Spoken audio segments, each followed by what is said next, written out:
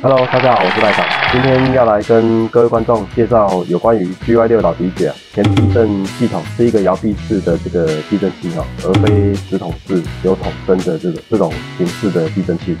那所谓的摇臂式避震器呢，大概就是像上图的这个图示。耐赏的这台老迪爵呢，发生了一个问题，就是这个前避震看似它的避震器里面是没有这个阻尼的效果。这个弹簧的声音一直嘎嘎响，所以呢，我无所不用其极，想出了一个妙招。那经过我的改善之后呢，其实效果就是明显。那今天也借这个机会呢，跟各位观众分享一下。好，那我们就进影片，跟各位观众讲解一下耐赏是如何去操作改善这个弹簧嘎嘎响的声音。好，那我们就进影片喽 ，Go！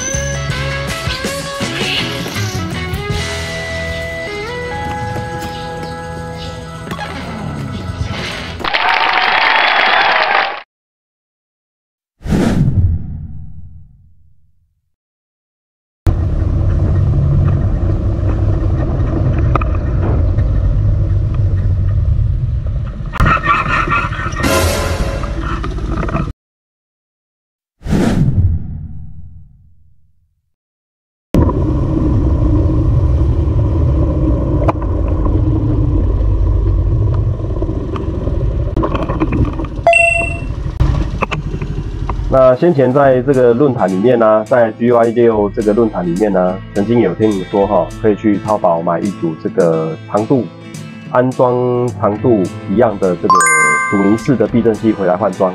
那其实呢，我已经有买回来了，但在买回来还没换装之前呢，就觉得想要先尝试一下自己 DIY 来改善这个弹簧的音。那一试之下呢，确实还蛮成功的。那我买回来的这组避震器呢，它是有附阻尼的。